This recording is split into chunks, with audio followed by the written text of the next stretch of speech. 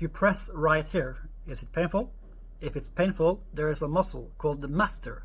This muscle is contracted and will pull on your jaw and block the drainage for your lymphatic system. So you need to drain this lymph node located right here and there, here where the lymph nodes are located, and we need to cross massage this muscle. So we go in one finger over the other like this, go in behind like that, and I pull quite hard in and I squeeze that masseter muscle.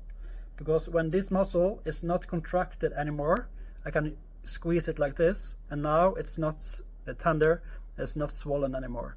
Then the normal drainage on your lymphatic system gets better, and your jaw pain maybe, and your drainage to your ear or to your neck or to your sinuses will get better. So try to drain that masseter muscle located right there, squeeze it like this, or use your knuckle like this, or use your thumb like this, and squeeze it, drain it, and that will get better circulation to your jaw and to your sinus and to your ear.